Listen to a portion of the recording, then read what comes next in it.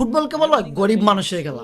একটা বল, একটু খোলার জায়গা আর মাত্র কয়েকজন বন্ধু, এইটুকুই যথেষ্ট।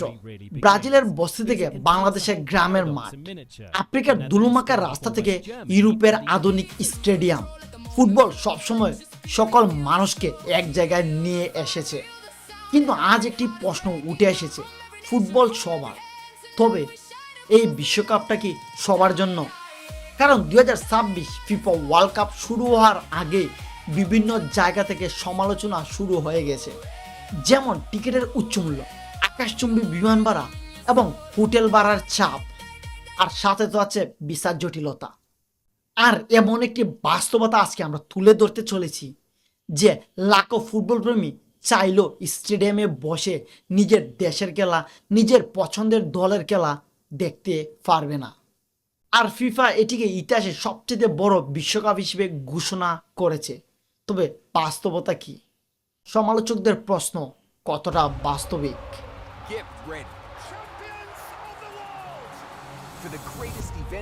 আর বিশ্বকাপের নতুন যুগের সূচনা, 2026 বিশ্বকাপ ইতিহাসের সবচেয়ে বড় টুর্নামেন্ট। আর আয়োজক তিনটি দেশ, যুক্তরাষ্ট্র, কানাডা এবং মেক্সিকো।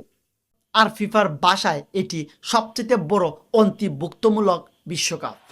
বেশি দল, বেশি ম্যাচ এবং বেশি দর্শক। শুনতে আসলে খুবই দারুণ লাগতেছে, কিন্তু বাস্তবে এই বড় আয়োজনের পিছনে রয়েছে বড় খরচ, আর এটা নিয়ে শুরু হয়েছে সমালোচনা। টিকিট কি আসলে সাধারণ জনগণের নাগালের বাইরে? চলুন এটা নিয়ে একটু এক্সপ্লেন করি। দ্য হার্স রিয়ালিটি হলো, বিশ্বকাপের টিকিট কখনোই সস্তা ছিল না, কিন্তু 2026 ওয়ার্ল্ড কাপ টিকিট নিয়ে দর্শকের ভেতরের উদ্বেগ একটু বেশি, বিশেষ করে জনপ্রিয় ম্যাচগুলো লাইক নকআউট পর্ব, সেমিফাইনাল, ফাইনাল। বিশ্বকাপের সঙ্গে যুক্ত বিভিন্ন প্রিমিয়াম ও হসপিটালিটি প্যাকেজের দাম বাড়তে পারে কয়েক হাজার ডলার পর্যন্ত। অবশ্য টিকিট এতটা দামি নয়, কিন্তু বাস্তবতা হলো মানুষের চাহিদা এত পরিমাণ যে সাধারণ মানুষ চাইলেও অনেক সময় টিকিট পায় না। ফলে অনেকে এই টিকিটগুলো দ্বিতীয় মার্কেট অথবা ব্ল্যাক মার্কেট থেকে কিনতে হয়, অর্থাৎ রিসেল মার্কেট থেকে এই টিকিটগুলোকে ক্রয় করতে হয়, যা অনেক সময় 3 গুণ, 4 গুণ, 5 গুণ অথবা 10 গুণ, আবার মাত্র ডবলও হতে পারে। আর এক কথায় টিকিটের অরিজিনাল মূল্য থেকে অনেক বেশি দামে ক্রয় করতে হয়। এখান থেকে প্রশ্ন উঠতে শুরু হয়েছে, ফুটবল কি আদৌ সাধারণ মানুষের জন্য, নাকি কর্পোরেট ও ধনী পর্যটকদের জন্য আলাদা সুবিধা? আর টিকিট পেলেও সমস্যা শেষ নয়। ধরুন আপনি টিকিট পেয়ে গেছেন, তারপরে কি? আর এবারই শুরু হবে সবচেয়ে বড় পরীক্ষা। উত্তর আমেরিকা যাওয়ার বিমান ভাড়া, হোটেল খরচ, স্থানীয় পরিবহন, খাবার এবং স্বাস্থ্য ব্যবস্থা, তারপর আছে ভ্রমণ বিমা এবং অন্যান্য খরচও আছে। সো লাইক দ্যাট, এটা হিউজ পরিমাণ একটা কস্টিং ব্যাপার।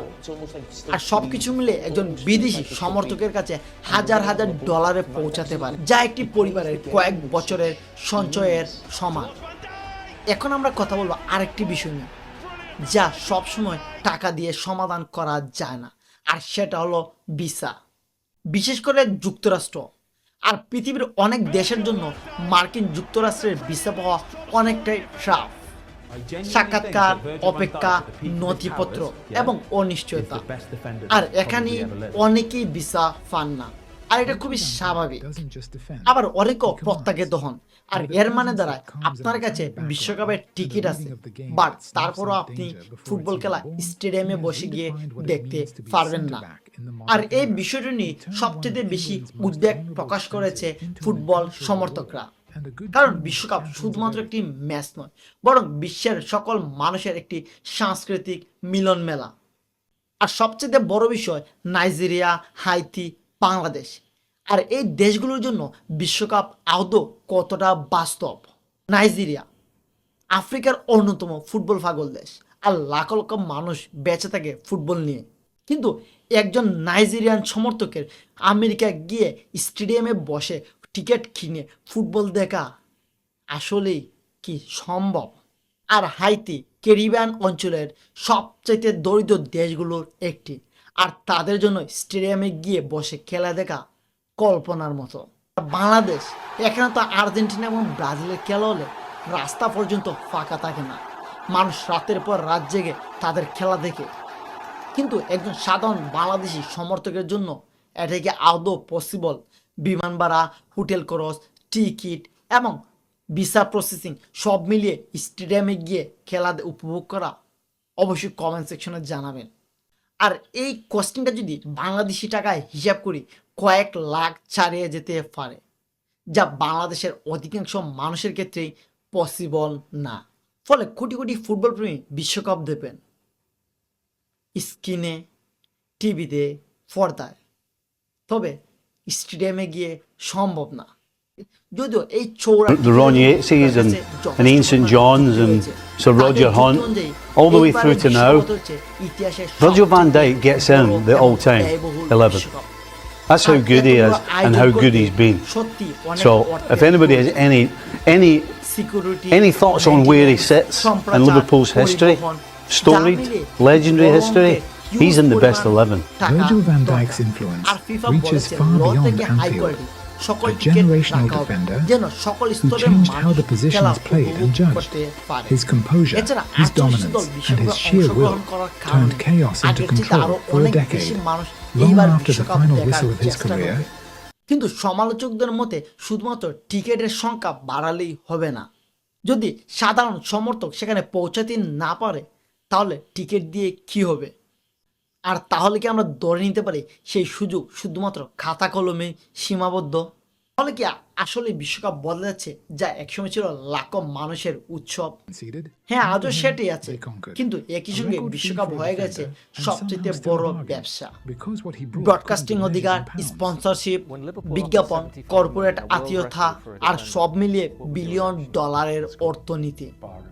আর এখানেই সবচেয়ে বড় বিতর্ক। আর সমালোচকদের মতে ব্যবসার অর্থ যত বাড়ছে সাধারণ মানুষের গুরুত্ব ততটাই কমতেছে।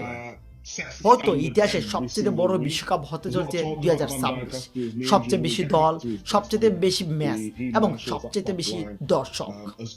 তবে পাশাপাশি এটি এমন একটি বিশ্বকাপ সবচেয়ে অস্বস্তিকর প্রশ্নগুলো এখনই সামনে আনতেছে। আর এখান থেকে প্রশ্ন উঠে, আদৌ কি ফুটবল গরিব মানুষের খেলা, নাকি পৃথিবীর সবচেয়ে জনপ্রিয় খেলাটি সবচেয়ে বড় মঞ্চ ধীরে ধীরে পরিণত হচ্ছে একটি ব্যবসায়, যেখানে স্বপ্ন দেখার অধিকার সবার আছে, কিন্তু সেই স্বপ্নকে কাছে থেকে দেখার সুযোগ সবার কাছে নেই।